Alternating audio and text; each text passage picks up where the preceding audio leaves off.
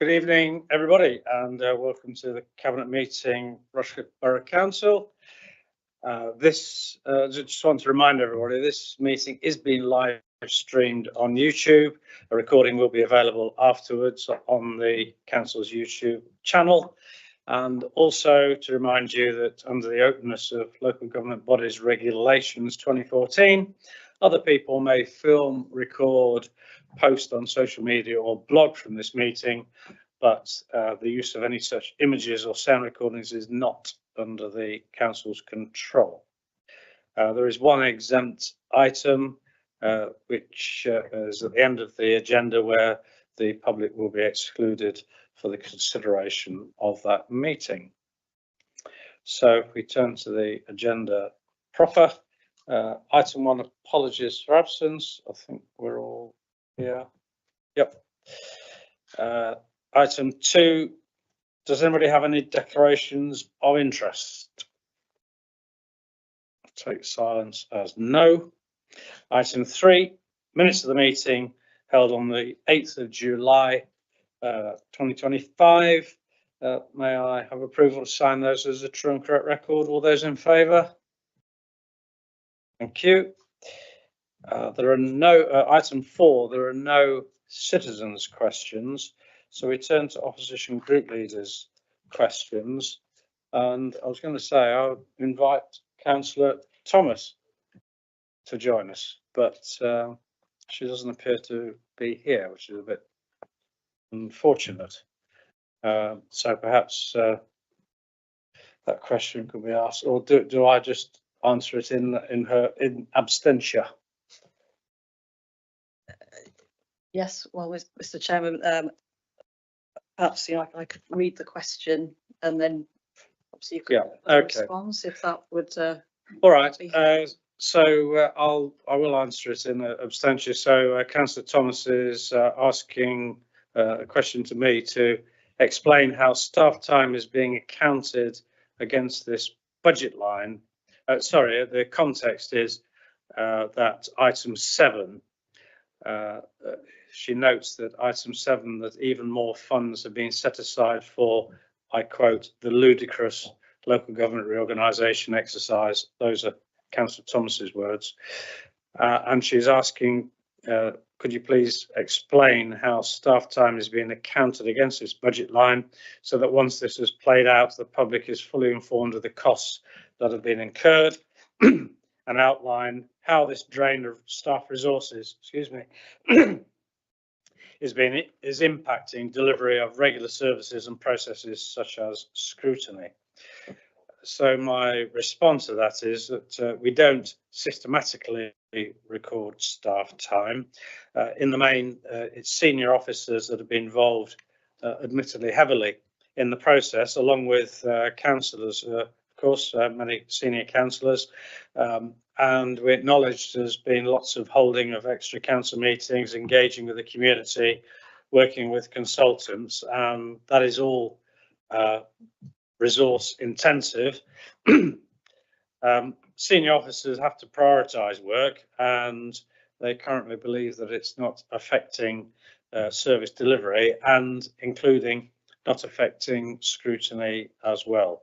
So work pressures are likely to increase as the LGR process increases, but there have been allocations made to the organisation stabilisation reserve in order to meet additional direct costs. So we believe that we are as well resourced and as well organised as we can be, given the circumstances, but we will have to take whatever circumstances occur during the process. Okay, so that's my response. There is another question from Councillor Walker to the Cabinet, but that does relate to the excluded item, or the confidential item at the end of the agenda, and therefore I will delay or postpone inviting Councillor Walker to ask her question until that item is actually discussed. So without further ado, we will move on to item 6, and the technological, digital and customer access strategy. Councillor Wheeler. Thank you, Chairman. So in front of you all this evening is our proposed technological, digital and customer access strategy, which you can see as set out on the point 1.2, replaces 3 existing strategies we have at the council. So our focus with this strategy is on the needs of our residents, how they want to engage with us, what they want their services to look like, what outcome they want, which has led us to creating this new 3-year strategy and proposal tonight. We have set out to try and strike a balance to continue to enhance our technological offer while ensuring face-to-face services are in place for those residents who prefer to interact with us in that way. While our council shut down or reduced customer service points, we continue to offer face-to-face services across the borough. The strategy also acknowledges the role that artificial technology now plays in society and the need to continue adapting our services to incorporate this where we can. Be clear that it would benefit the council and our residents. So you'll see a detailed action plan in the report. This highlights how wide-ranging this strategy is and that it's not designed to simply sit on the shelf, but to deliver results.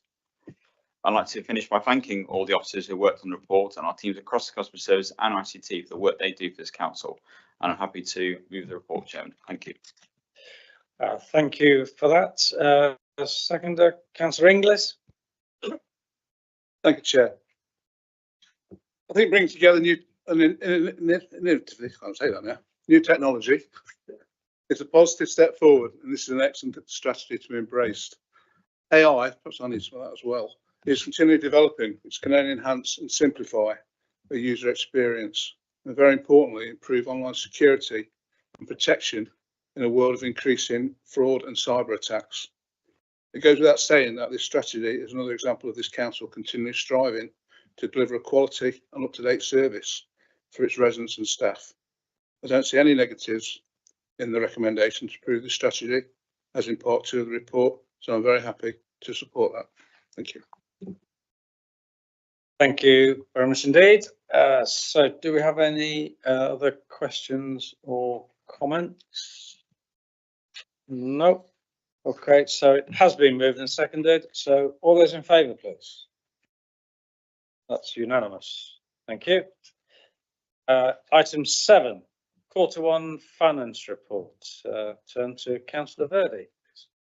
Thank you, Chairman. So this is the financial report for the current financial year for Q1 for 25-26.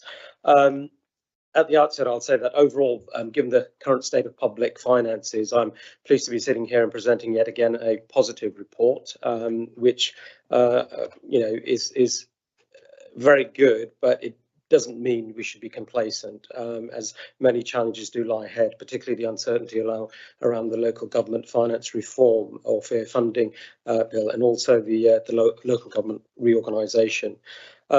I'll briefly highlight some key aspects of the revenue and capital budget positions for Cabinet. Obviously, the details are in the reports, but in terms of the revenue side of our finances, we've achieved an overall budget efficiency position of 0.637 million.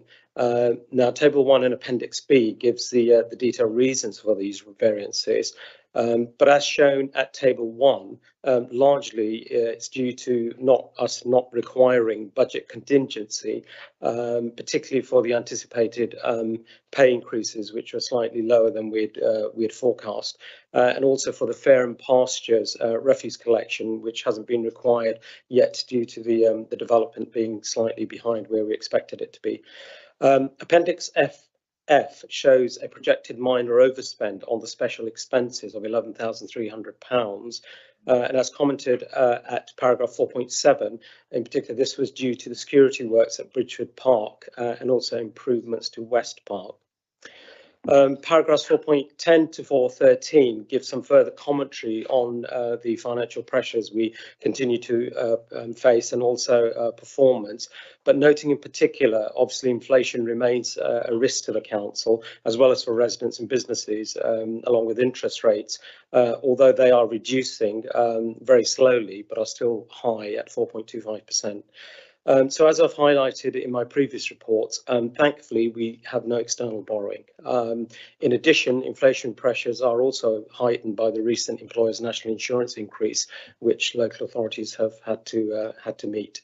Finally, on the revenue side, we do have a transformation and efficiency plan, which is going well and is broadly on target, and that's detailed in paragraph 4.12. Although the biggest transformation, of course, we're aware, will be the local government reorganisation itself when it arrives. Moving then on to the capital side of things, appendices C, D and E, which are on pages 48 to 52, show the overall position on the capital programme and a projected underspend of 0.681 million as of Q1. Table 2 on page 42 details the reasons for the variances, and one of the bigger reasons for this is the reduction in Warm Homes external funding, which reduced the budget expenditure. In conclusion, Chairman, whilst I've said this is a stable position to be in and fairly positive, it can change very quickly, of course. And our healthy reserves position, as I've said previously, does enable us to mitigate and manage the risks and, of course, maximise opportunities as well.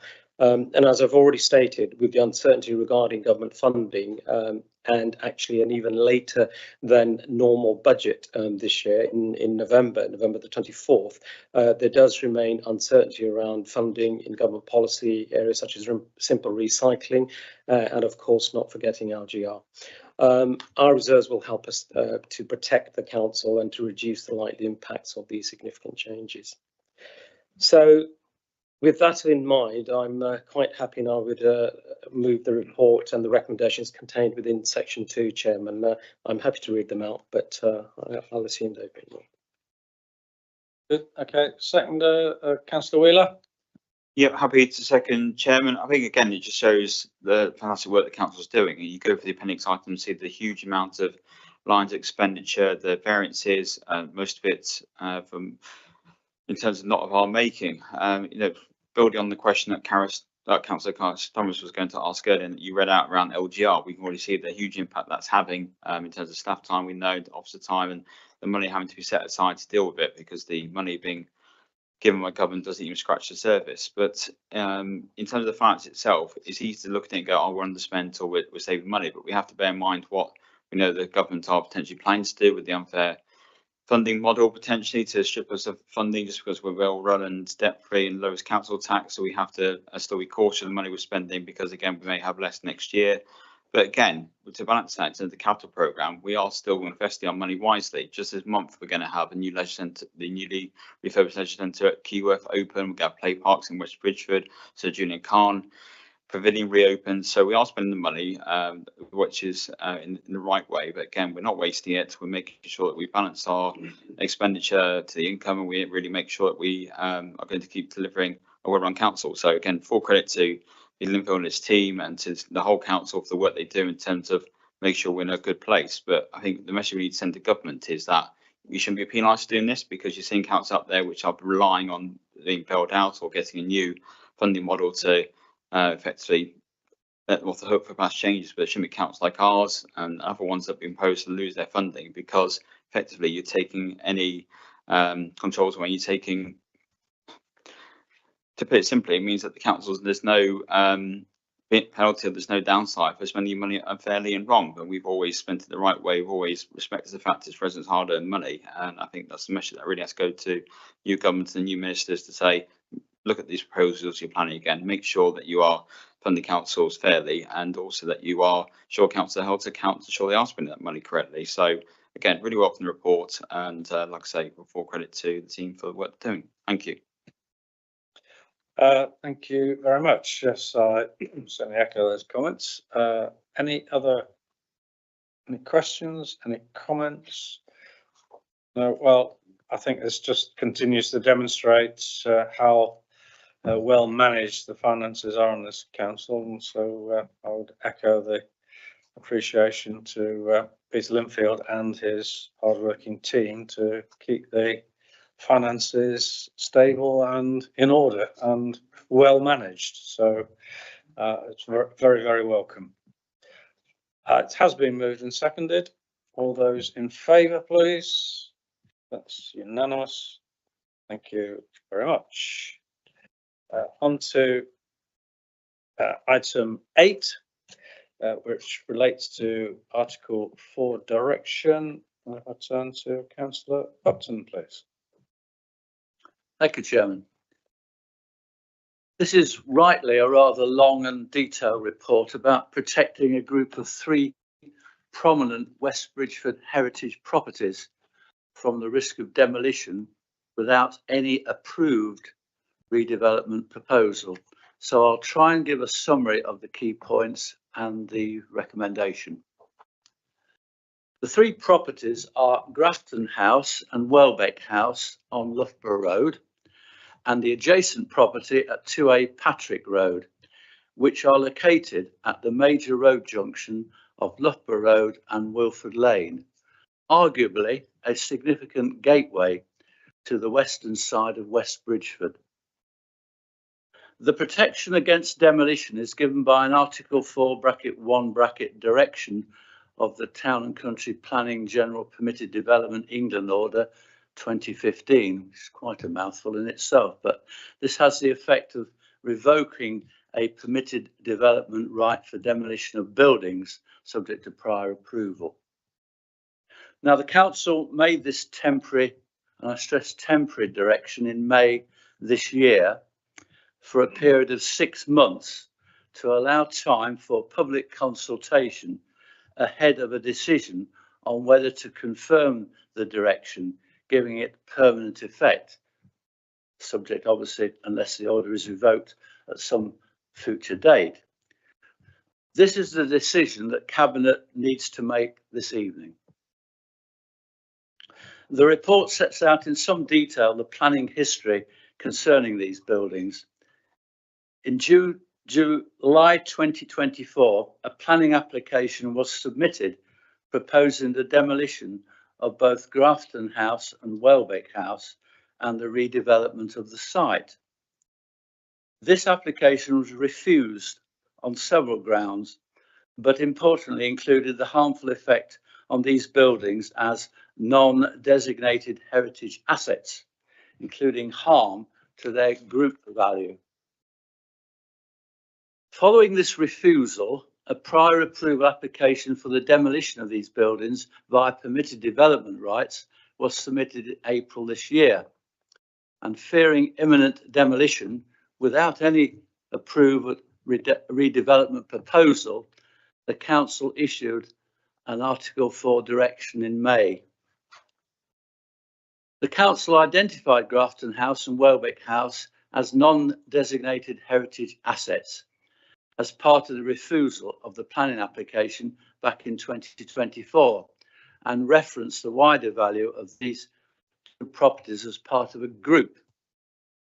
Whilst the owners of Grafton House and Welbeck House have made submissions objecting to the Article 4 direction, they do not challenge the identification of the buildings as NDAs. A statutory public consultation was undertaken in May and June this year, and 83 responses supported the Article 4 direction. 1 was against, and 6 were deemed to be unclear, and all the respondents gave addresses within the Nottingham area. A key fact is that at present there is no new development which can be undertaken, as no scheme has the benefit of planning permission. The only scheme which has been presented to the council has been refused planning permission, albeit I understand that this decision is being appealed. Paragraph 217 of the NPPF makes it clear that local planning authorities should not permit the loss of a heritage asset, which would include non-designated heritage assets, without taking reasonable steps to ensure new development will proceed after the loss has occurred. In this instance, Article 4 direction is the only step that could be taken to avoid the loss of the non-designated heritage assets without any plan for what happens next.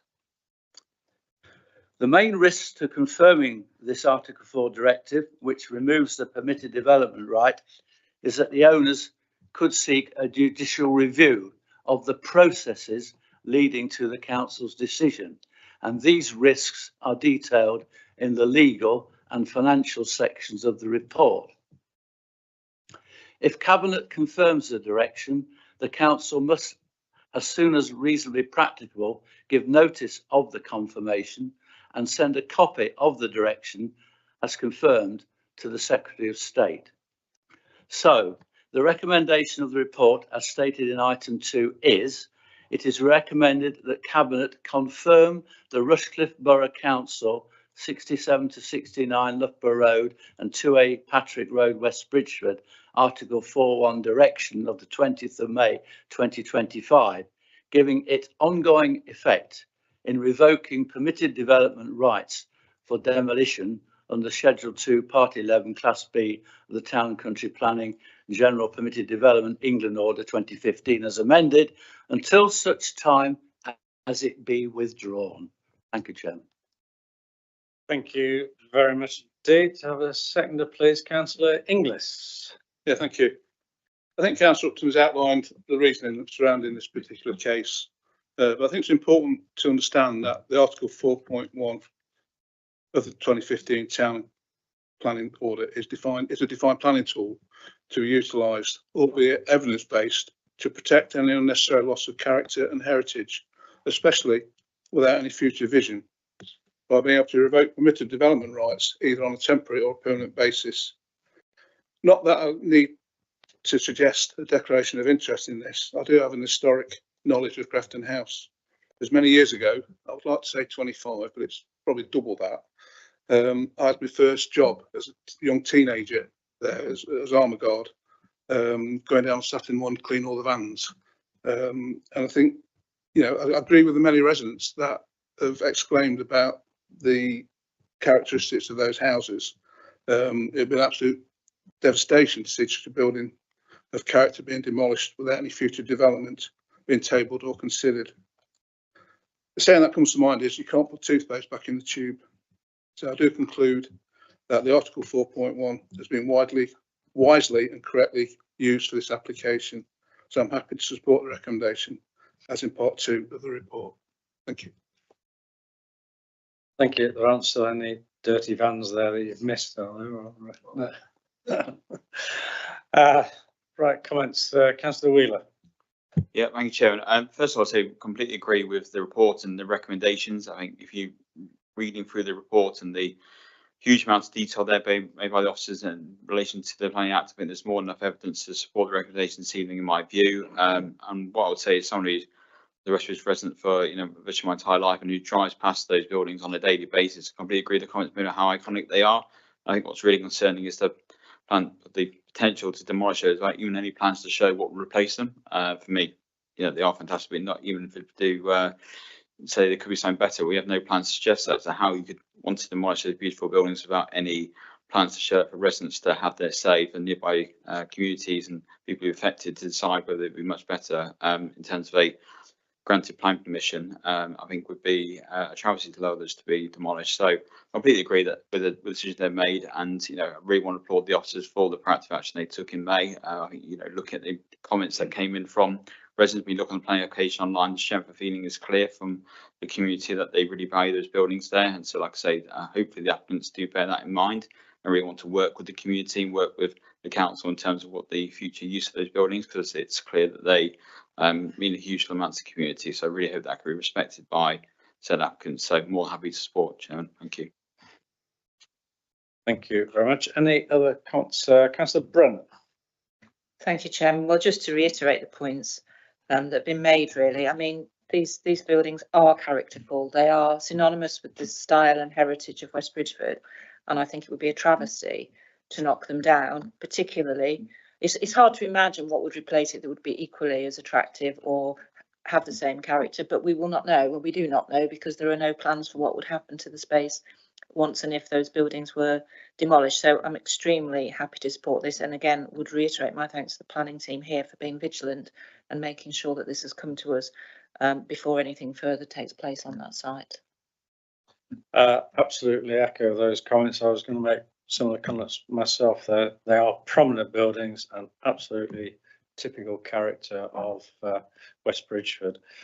So without any other questions or comments? No. So it has been moved and seconded. All those in favour, please. That is unanimous. Thank you very much.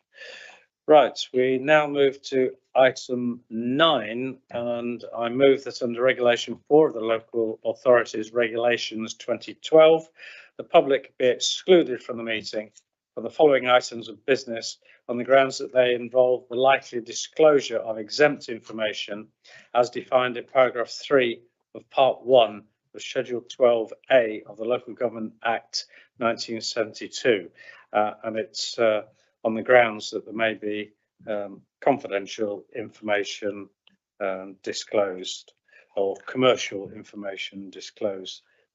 So I've moved that. Seconded, please. Seconded. All those in favour? That's unanimous. So thank you very much, Sinead. You're welcome, and thanks for